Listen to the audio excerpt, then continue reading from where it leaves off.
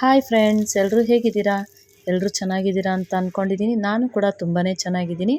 ನಾನಿವತ್ತು ಈರುಳ್ಳಿ ಚಟ್ನಿ ಮಾಡೋಣ ಅಂದ್ಕೊಂಡಿದ್ದೀನಿ. ಇದು ತುಂಬಾ ರುಚಿಯಾಗಿರುತ್ತೆ, ಸಖತ್ ಟೇಸ್ಟಿಯಾಗಿರುತ್ತೆ. ಬನ್ನಿ ನೋಡೋಣ ಈರುಳ್ಳಿ ಚಟ್ನಿಗೆ ಏನೇನು ಇಂಗ್ರೀಡಿಯೆಂಟ್ಸ್ ಬೇಕಂತ ನೋಡೋಣ ಬನ್ನಿ. ಸಿಂಪಲ್ ಇಂಗ್ರೀಡಿಯೆಂಟ್ಸೇ, ಬನ್ನಿ ನೋಡೋಣ. ಸ್ಟವ್ ಹಚ್ಕೊಂಡು ನಾನೊಂದು ಬಾಣಲಿ ಇಟ್ಕೊಂಡಿದ್ದೀನಿ. 1-2 ಸ್ಪೂನ್ ಆಗೋಷ್ಟು ನಾನು ಎಣ್ಣೆ ಹಾಕ್ಕೊಳ್ತಾ ಇದ್ದೀನಿ ಬಾಣಲಿಗೆ. ಎಣ್ಣೆನೂ ಬಿಸಿಯಾಗಿದೆ. ಈ ಚಟ್ನಿನ ನೀವು ದೋಸೆ, ಇಡ್ಲಿ, ಚಪಾತಿ, ರೊಟ್ಟಿ ಎಲ್ಲ ಹಾಕ್ಕೊಂಡು ತಿನ್ಬೋದು, ಅಷ್ಟು ಚೆನ್ನಾಗಿರುತ್ತೆ.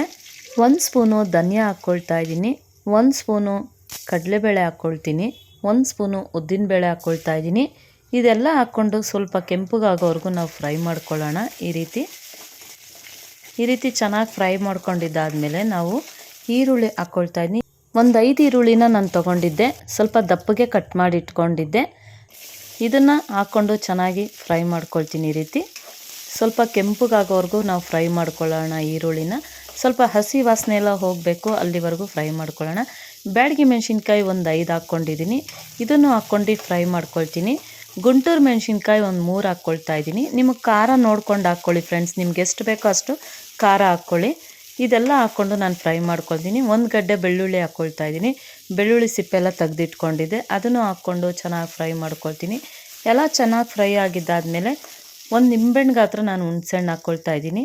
ಹುಣಸೆಹಣ್ಣು ಹಾಕ್ಕೊಂಡು ನಾನು ಫ್ರೈ ಮಾಡ್ಕೊಳ್ತಾ ಇದ್ದೀನಿ. ಸ್ವಲ್ಪ ಕೊತ್ತಂಬರಿ ಸೊಪ್ಪು ಹಾಕ್ಕೊಳ್ತಾ ಇದ್ದೀನಿ. ಇದನ್ನು ಹಾಕ್ಕೊಂಡು ಎಲ್ಲ ಫ್ರೈ ಮಾಡ್ಕೊಳ್ಳೋಣ. ಈ ರೀತಿ ಚೆನ್ನಾಗಿ ಫ್ರೈ ಮಾಡ್ಕೊಂಡಿದ್ದಾದಮೇಲೆ ಇದು ಆರಬೇಕು. ಆರಿದ್ಮೇಲೆ ನಾವು ಮಿಕ್ಸಿಗೆ ಹಾಕ್ಕೊಂಡು ರುಬ್ಕೊಳ್ಬೇಕಾಗುತ್ತೆ. ನೋಡಿ, ಹೀಗೆಲ್ಲ ಚೆನ್ನಾಗಿ ಫ್ರೈ ಮಾಡ್ಕೊಳ್ಳೋಣ. ಚೆನ್ನಾಗಿ ಆಗಿದೆ, ಎಲ್ಲ ಫ್ರೈ ಆಗಿದೆ. ಈಗ ಇದೆಲ್ಲ ಆರಿದ್ಮೇಲೆ ನಾನು ಮಿಕ್ಸಿಗೆ ಹಾಕ್ಕೊಳ್ತಾ ಇದ್ದೀನಿ. ಮಿಕ್ಸಿಗೆ ಹಾಕ್ಕೊಂಡು ಎಲ್ಲ ರುಬ್ಕೊಳ್ಳೋಣ. ಒಂದು ಸ್ವಲ್ಪ ತರ್ತರಿಯಾಗೆ ರುಬ್ಕೊಳ್ಳಿ ಈರುಳ್ಳಿ ಚಟ್ನಿನ.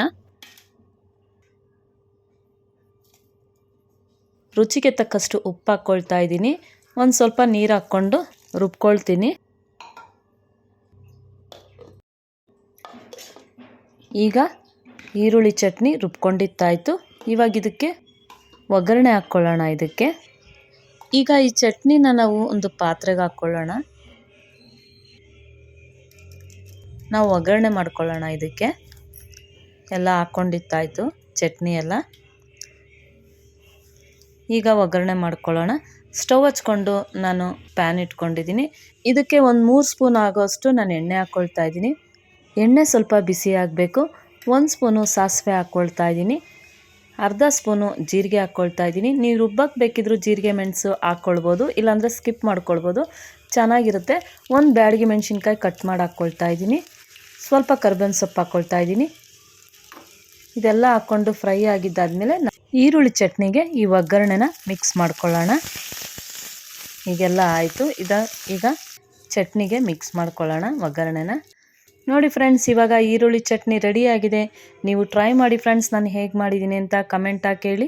ನನ್ನ ಚಾನಲ್ನ ಇನ್ನೂ ಸಬ್ಸ್ಕ್ರೈಬ್ ಮಾಡ್ಕೊಂಡಿರೋ ನೋಡ್ತಾ ಇದ್ದರೆ ಪ್ಲೀಸ್ ಸಬ್ಸ್ಕ್ರೈಬ್ ಮಾಡ್ಕೊಂಡು ನೋಡಿ, ಲೈಕ್ ಮಾಡಿ, ಕಮೆಂಟ್ ಮಾಡಿ, ಶೇರ್ ಮಾಡಿ, ಮತ್ತು ಹೀಗೆ ಸಪೋರ್ಟ್ ಮಾಡ್ತಾಯಿರಿ. Thank you friends.